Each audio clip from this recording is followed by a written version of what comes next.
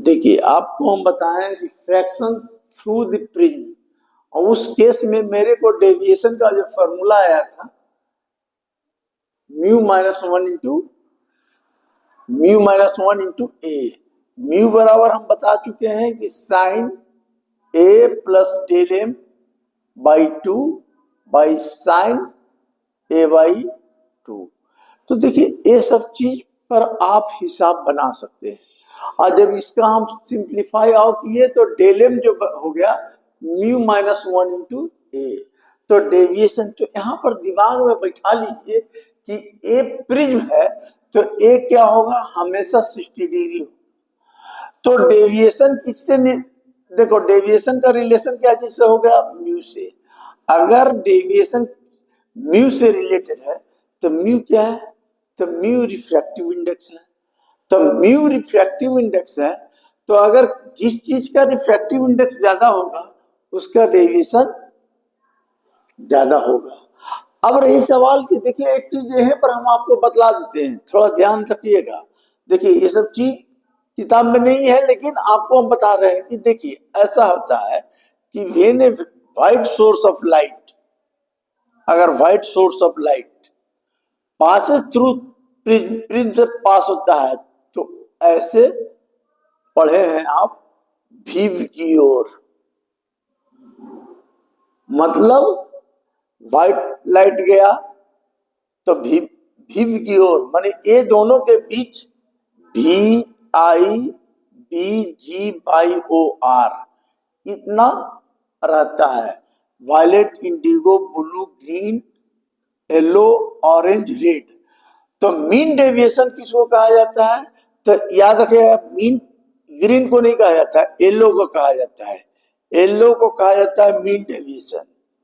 Mean deviation बहुत कम deviate होता है, और सबसे ज्यादा कौन डेविएट हुआ, तो आप देखिए, जाना चाहिए था ऐसे रे ऑफ लाइट, ठीक है, लेकिन ये मुड़ गया इधर, तो डेविएट कौन हुआ, तो सबसे ज्यादा डेविएट हुआ वायलेट, और सबसे कम कौन हुआ, रेड। मतलब रेड का डेविएशन कम है और वायलेट का डेविएशन ज्यादा है। तो आप एक चीज इससे दिमाग में लगा सकते हैं कि देखिए, डेविएशन जो है रिलेटेड टू म्यू, तो किसकी डेविएशन ज्यादा है, तो वायलेट का ज्यादा है। तो वायलेट का डेविएशन ज्यादा है तो रिफ्रैक्टिव इंडेक्स भी ज्यादा होगा, समझे, तो ज्यादा होगा। अच्छा, सबसे कम किसका डेविएशन है, तो रेड का। तो रेड का डेविएशन देखिए ऐसे, रेड का डेविएशन कम है किससे, वायलेट से। तो डेविएशन ज्यादा कम है, माने इसका डेविएशन कम है रेड का, तो म्यू भी कम होगा, समझ गए। तो डायरेक्ट रिलेशन है। तो एक वैज्ञानिक था, वो कुची कांस्टेंट, तो कुची कांस्टेंट ने क्या किया कि एक रिलेशन दिया है μ=, ये पढ़ना है आगे ग्रेजुएशन वगैरह में, ऐसे Cauchy constant where A and B are Cauchy constant, यानी म्यू इज क्या हो गया, mu is directly inversely proportional to wavelength. तो mu is inversely proportional to wavelength, इसका मतलब समझिए कि जिस कलर का रिफ्रैक्टिव इंडेक्स कम रहेगा उसका वेवलेंथ ज्यादा रहेगा। तो रिफ्रैक्टिव इंडेक्स किसका कम था, रेड का। तो रेड का कम था, इसलिए इसका वेवलेंथ ज्यादा है, इसलिए रेड कलर को दिखाया जाता है सिग्नल वगैरह में। क्यों दिखाया जाता है, क्योंकि उसका रिफ्रैक्टिव इंडेक्स कम है तो उसका वेवलेंथ ज्यादा रहेगा, इनवर्सली प्रोपोर्शनल। इसको कुची कांस्टेंट कहते हैं, A and B are Cauchy constant, A and B क्या है, कुची कांस्टेंट है। कुची नाम का वैज्ञानिक था, उसने ये रिलेशन दिया था। अब रही सवाल, देखिए यहीं पर आपको 2-3 चीज हम बतला रहे हैं।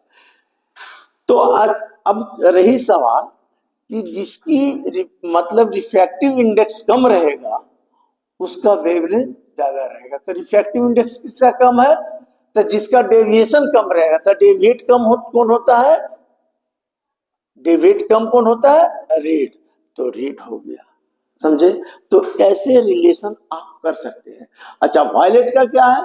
तो देखो, वायलेट का डेविएशन ज्यादा है, तो डेविएशन ज्यादा रहेगा तो क्या होगा? रिफ्रैक्टिव इंडेक्स ज्यादा रहेगा, तो रिफ्रैक्टिव इंडेक्स ज्यादा रहेगा तो क्या होगा? वेवलेंथ कम रहेगा। समझिए, ये चीज हो गया। अच्छा, अब इसी में एक और है, रेले स्कैटरिंग। तो रेले स्कैटरिंग क्या कहता है? तो रेले स्कैटरिंग कहता है कि sigma is directly proportional to lambda 4। ये सब रेले करके वैज्ञानिक उसने किया है। Sigma is inversely proportional to lambda 4। तो कहता है सिग्मा टी, तो इसका ई क्या है? स्कैटरिंग। ये स्कैटरिंग है। अब तुम बताओ कि जिसका वेवलेंथ ज्यादा होगा उसका स्कैटरिंग कम होगा। तो वेवलेंथ किसका ज्यादा है? रेट का, तो स्कैटरिंग कम है। अच्छा, अब तुम बताओ कि वेवलेंथ किसका कम है? तो वायलेट का, इसलिए स्कैटरिंग ज्यादा है, इसलिए आकाश नीला ज्यादा है। कोई पूछेगा, ये सब देखिए, आकाश नीला क्यों होता है? तो due to scattering of light. क्यों भाई? स्कैटरिंग क्या चीज पर निर्भर करता है? कि कौन किया है? रेले स्कैटरिंग। रेले स्कैटरिंग हम सब बीएससी में था हम लोग को, तो ये रिलेशन था। तो sigma T inversely proportional to lambda 4। Lambda 4, तो जिसका सिग्मा टी मतलब क्या हो गया? स्कैटरिंग। जिसका वेवलेंथ कम रहेगा उसका स्कैटरिंग ज्यादा रहेगा। तो वेवलेंथ किसका कम है? तो वायलेट का, इसलिए आकाश क्यों नीला दिखाई देता है? क्योंकि उसका स्कैटरिंग ज्यादा है। अब रही सवाल कि एक चीज और, अभी हम बताएं कि वीबीक्यूआर। तो देखिए, हमने मीन डेविएशन बोला है किस कलर को? मीन डेविएशन बोला है येलो कलर को। येलो कलर को मीन डेविएशन बोला है। मीन का मतलब बीच में, हालांकि इसमें बीच में नहीं है, इधर है, 3 इधर है, 3 ग्रीन है, लेकिन आप याद रखिएगा मीन डेविएशन जो होता है येलो होता है। अब येलो क्यों होता है? तो येलो ऐसा कलर है जो फॉग को भी चीर देता है। फॉग को भी चीर देता है, क्यों? क्योंकि उसका डेविएशन है नहीं। तो डेविएशन ज्यादा है नहीं, तो इसलिए जितने भी गाड़ी का लाइट वगैरह जो रहता है वो येलो क्यों रहता है? इसलिए रहता है कि उसका मीन डेविएशन है, वो फॉग को भी चीर देता है। याद रखिएगा ये सब चीज, समझे? माने मीन डेविएशन क्या है? तो येलो, येलो इसका, इसलिए सिग्नल वगैरह में जब भी देखते हो, माने लाइट जो रहता है, गाड़ी का लाइट रहता है, येलो रहता है। येलो क्या होता है? उसका डेविएशन कम है, डेविएट कम होगा तो फॉग को भी चीर देगा, इसलिए वो चलता है। और जिसका वेवलेंथ रेड का है, तो ये सब छोटा छोटा चीज आप जानिएगा। अब कहता है कि प्राइमरी कलर क्या है, ये सब आगे पढ़ना भी है। तो देखिए, हम लोग याद करते थे GVR, green blue red, green blue red, तो ये आगे चैप्टर है। अब हम जो बता रहे हैं ये चीज में, limiting angle of print. Print का लिमिटिंग एंगल क्या होगा? देखिए, तो प्रिंट का लिमिटिंग एंगल के लिए देखिए, इस पर प्रॉब्लम वगैरह बनता है, आप जान लीजिएगा। देखिए, आप जानते हैं कि रे ऑफ लाइट यहां से गया, ठीक है, रे ऑफ लाइट गया, फर्स्ट रिफ्रैक्टिंग सरफेस से रिफ्रैक्ट हुआ, ये एंगल आर बना, ये रिफ्रैक्शन एंगल। इस पर गया तो इस पर एंगल जो बाहर निकलता है हम आई डैश बोले हैं या ई बोले हैं, तो ये आई डैश लिख दिए। इस पर जो बना रिफ्रैक्शन आर डैश लिख दिया, तो कोई दिक्कत तो है नहीं। उस केस में R1 R2 लिखे थे, इस केस में R प्लस आर डैश लिख दिया, ठीक है। देखिए, समझिए, अब रही सवाल कि इस फेस से रिफ्रैक्शन हुआ, तो अब क्या जानते हैं? Mu equal to sine i by sine r. तो साइन आर बराबर क्या है? साइन आई बाई म्यू कर सकते हैं। आर बराबर क्या लिखेंगे? तो आर बराबर लिख सकते हैं sign inverse sign i by sign mu, ठीक है, ये लिख दिया। अब रही कहता है कि limiting angle of print, prism का लिमिटिंग एंगल निकालिए। तो लिमिटिंग एंगल निकालने के लिए हमने ए बराबर क्या बताए थे आपको, R1 प्लस R2, लेकिन यहां लिखे हैं R प्लस R डैश, कोई दिक्कत नहीं। अब देखिए R का वैल्यू क्या लिखेंगे आप, sign inverse sign i by mu अब प्लस R डैश। अब यहां पर समझिए R डैश है, तो देखिए हम पहले आपको बताए हैं, ये सब दिमाग में बैठा लीजिएगा तब हिसाब बनेगा। आपको पहले बताए हैं कि when a ray of light passes from denser to rare medium for which particular angle of refraction becomes a 90 degree, this angle is called a critical angle। आपको मैं ये बताया हूं कि when a ray of light passes from denser to rare medium for which particular angle the angle of refraction becomes a 90 degree, that is a critical angle। अब इस phase से जा रहा है, अब इस फेज से जा रहा है, देखो अब इस फेज से जा रहा है तो लाइट अगर ये देखो ये क्या होगा, अवे फ्रॉम नॉर्मल जाएगा, लेकिन अगर ये ग्रेच करते हुए यहां चलाएगा तो ये एंगल क्या हो जाएगा, बोलिए, पूरा 90 डिग्री हो जाएगा, मतलब 90 डिग्री हो जाएगा। तो ये एंगल क्या हो जाएगा, सी हो जाएगा। मने कहता है क्या कि लिमिटिंग एंगल ऑफ प्रिज्म के लिए, तो देखिए यहां पर मेरा फॉर्मूला हो जाएगा sine inverse sign i by mu, और ई क्या हो गया, सी। सी कब होगा, जब हम एंगल ऑफ रिफ्रैक्शन कब बोलते थे आपको, कि देखिए फिर हम बतला दे रहे हैं, देखिए इसको समझिए, अगर हिसाब बनेगा इसी पर, ए एंगल तो ये क्या होता है 90 डिग्री हो गया, तो ये एंगल सी कहलाता है, ठीक है। अब इस फेस पर अगर ये बना देता है 90 डिग्री तो ये एंगल क्या हो जाएगा, सी। अब रही कि पूछ रहा है कि लिमिटिंग एंगल ऑफ प्रिज्म, अगर इंसिडेंट रे है आई जो है इंसिडेंट नॉर्मली जाएगा तो क्या होगा, देखिए नॉर्मली जाएगा तो आई इक्वल टू क्या हो जाएगा, 0। नॉर्मली जाएगा तो क्या हो जाएगा, 0। तो 0 तो आई 0, तो यहां क्या हो जाएगा, sine inverse sine 0 by mu plus c. Sine 0 0 sine 0 0, तो 0 बाई 0 बराबर 0, 0 बाई एनीथिंग बराबर क्या हो जाएगा, इनफाइनाइट। तो ई क्या हो जाएगा, इसको इनफाइनाइट, साइन 0 0 इनफाइनाइट हो गया, प्लस सी, टी क्या हो जाएगा 0, तो क्या हो जाएगा सी, यानी ए बराबर क्या हो जाएगा सी। मतलब refractive angle is equal to critical angle तब हो जाएगा लिमिटिंग एंगल ऑफ प्रिज्म। इसमें क्या याद रखना है आपको, ये देखिए ए equal to R1 plus R2 तो हम बताए थे, यहाँ R है R डैश है, हम जानते हैं R बराबर mu equal to sine i by sine r कर दिया, तो साइन आर इधर ले आया, R का वैल्यू निकाल लिया, इसका वैल्यू बैठा दिया, ये R डैश है। तो अब इस फेस से लिमिटिंग कब होगा, तो हम पहले बता दिए हैं कि when a ray of light incident on a denser to rarer medium angle of refraction becomes 90 degree, तो ये 90 डिग्री होगा तो ये क्या हो जाएगा, सी हो जाएगा। तो सी इसको ले लिया।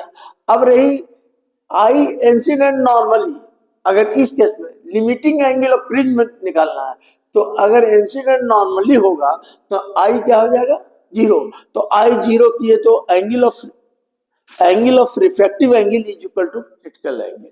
लेकिन अगर ये लाइट ये जो रे दे रहे हो अब यहां से दे दो, ग्रेज करते हुए यहां से दे दो, तब क्या होगा, तब ग्रेजिंग यहां से करेगा तो तुम अपने सोचो एंगल कितना बन जाएगा, ये जब यहां से दोगे ग्रेजिंग कर दिए इस पर इस फेस पर, तो इसका लिमिटिंग वैल्यू क्या हो जाएगा, तो आई कितना हो जाएगा 90 डिग्री। देखिए ये मान लो बी है, अभी लाइट हम नॉर्मली दे दिए, ये लाइट ऐसे था, अभी नॉर्मली दे दी, तो आई इक्वल टू 0,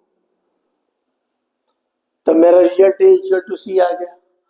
अब ये लाइट जो है ग्रेज करते हुए, ग्रेजिंग याद रखिएगा, ग्रेजिंग हम आपको बताएं, ग्रेजिंग किसको कहते हैं कि when a ray of light ऐसे गया और ग्रेज करते हुए इस फेस पर निकल गया, तो इसको हम लोग ग्रेजिंग कहते हैं। अब ये फेस है रिफ्रैक्टिंग सरफेस, इसी पर लाइट जाएगा, तो ये एंगल कितना हो जाएगा 90 डिग्री।